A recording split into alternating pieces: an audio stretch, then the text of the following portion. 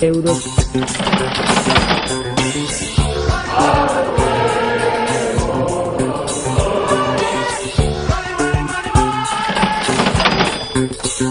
Me gustaría decirle al señor Rajoy que si tiene dignidad, se atreva a mirar a los ojos de los miles de desempleados. Compañeros y compañeras, estamos pasando un momento tremendamente difícil.